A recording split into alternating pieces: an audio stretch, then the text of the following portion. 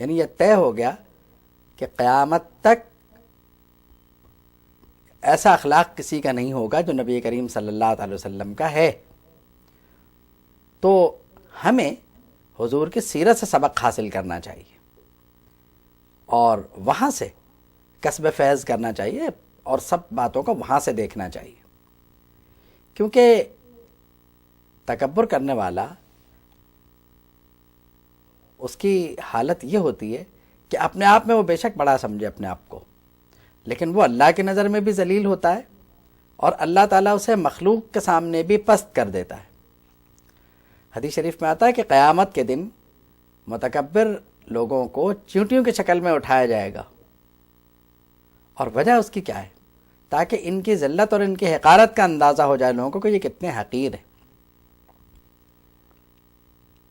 اور تکبر ایسی صفت بھی نہیں ہے کہ اس سے توبہ نہ کی جائے۔ اگر متکبر شخص توبہ کر لے اپنے عمل سے اور یعنی آئندہ کے لیے تکبر کو ترک کر کے تواضع اور انکساری اختیار کر لے تو میرا خیال ہے معاملات نہیں بگڑتے۔ بات یہ ہے کہ تکبر سے بہت سے امراض پیدا ہو جاتے ہیں جو انسان کو بڑی مصیبت میں ڈال دیتے ہیں۔ پھر جس میں تکبر ہے اسے بعض اوقات خواہ تصنع کا، بناوٹ کا بھی مظاہرہ کرنا پڑتا ہے، اور بھی کئی چیزیں ہیں۔ انہیں متکبر شخص کا بھی مسئلہ وہی ہوتا ہے کہ وہ اپنے آپ کو لوگوں کی نظر میں وہ ثابت کرنا چاہتا ہے جو وہ نہیں ہے۔ تو اب مسئلہ یہ ہے کہ تکبر کس بات کا؟ بات یہ ہے کہ بڑائی صرف اللہ رب العالمین کے لیے ہے۔ اب کوئی اس کی بڑائی کو نظر انداز کر کے خود کو بڑا سمجھنا شروع کر دے تو پھر کیا بات ہوئی؟ پھر تو کوئی بات ہی نہیں ہوئی۔ لیکن بات وہی ہے کہ آپ کو متکبر شخص کو سمجھنے میں غلطی نہیں کرنی چاہیے۔ جیسے میں نے پہلے عرض کیا کہ بعض لوگوں کی عادت ہوتی ہے کم بولنا، کیونکہ کم بولنے والا وہ اپنے لیے کم مشکلات پیدا کرتا ہے۔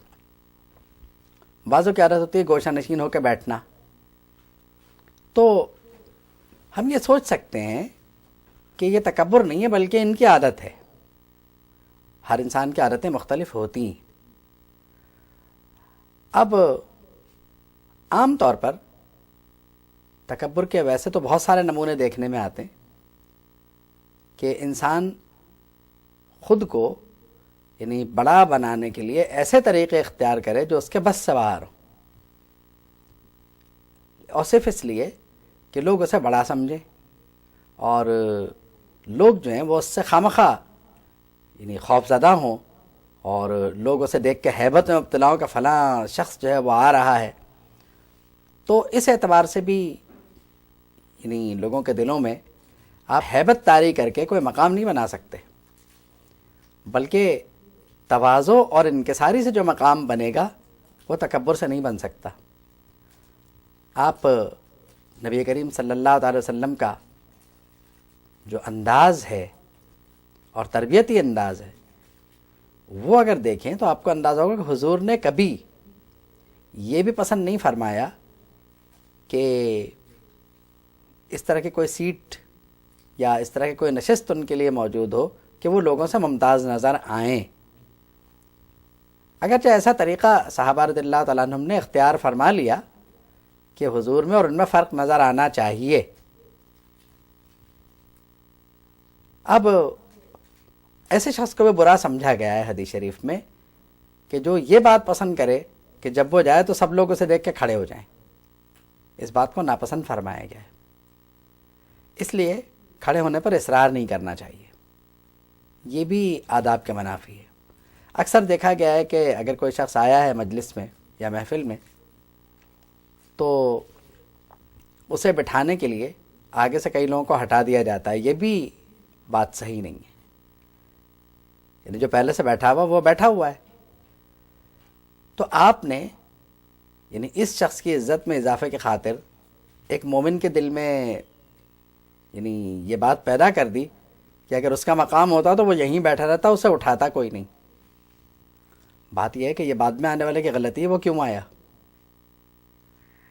اب ایک صورت یہ بھی ہو سکتی ہے کہ عالم یا کوئی ایسا نمایاں شخص کہ جسے دیکھ کر لوگوں کو ترغیب حاصل ہو کہ انہیں وہ اس محفل میں آنا چاہیے، لیکن یعنی احتیاط اسی میں ہے اور بہتر یہی ہے کہ انہیں جہاں جگہ ملے بیٹھ جائیں، اصل میں عزت اسی میں ہے، یعنی نمایاں مقام پر بیٹھنے سے کوئی خاص بات تو حاصل ہوگی نہیں۔ اب جب بھی ان کی تقریر یا ان سے نعت سننا ہوگی تو انہیں تو ویسے ہی آگے بلایا جانا ہے، تو اب شروع سے آگے بٹھانے کا کیا فائدہ؟ اب بعض لوگ صرف اس لیے انہیں آگے بٹھا لیتے ہیں کہ صاحب چونکہ ہم نے ان کو بلایا تھا اور یہ اب چونکہ آ گئے ہیں تو لوگوں کو یہ اطمینان رہے کہ یہ اس میں یعنی یہاں پہ موجود ہیں، مجمع میں موجود ہیں، اور یہ اپنے وقت میں تقریر کریں گے یا نعت پڑھیں گے، جو بھی صورت ہو۔ لیکن بہتر وہی ہے کہ لوگوں کو یہ خبر ملنے کے بعد لوگ مطمئن ہو جائیں اور ان کے اسٹیج پر یا جو بھی مخصوص مقام ہے تقریر کے لیے یا نعت کے لیے، وہاں پہ آنے کے لیے ان کے بارے کا انتظار کریں، اور ایک عام مسلمان جو وہاں بیٹھا ہوا ہے پہلے سے، اسے بیٹھنے دیا جائے۔ یا پھر ان لوگوں کے لیے ظاہری بات ہے کہ انہیں نعت یا تقریر کرنی ہے، تلاوت کرنا ہے، تو مخصوص نشست رکھی جائے اور وہاں پہ کسی کو بیٹھنا نہ دیا جائے، تو وہ تو ایک الگ بات ہے۔ یعنی یہ انتظامیہ کا جو جلسے کے منتظم ہوتے ہیں، یہ تو ان کا کام ہے کہ انہیں کیا کرنا ہے اور کس طرح سے یعنی اس بات کو قائم رکھنا ہے کہ لوگوں میں محسوس نہ ہو کہ ہماری عزت میں کمی واقع ہو رہی ہے۔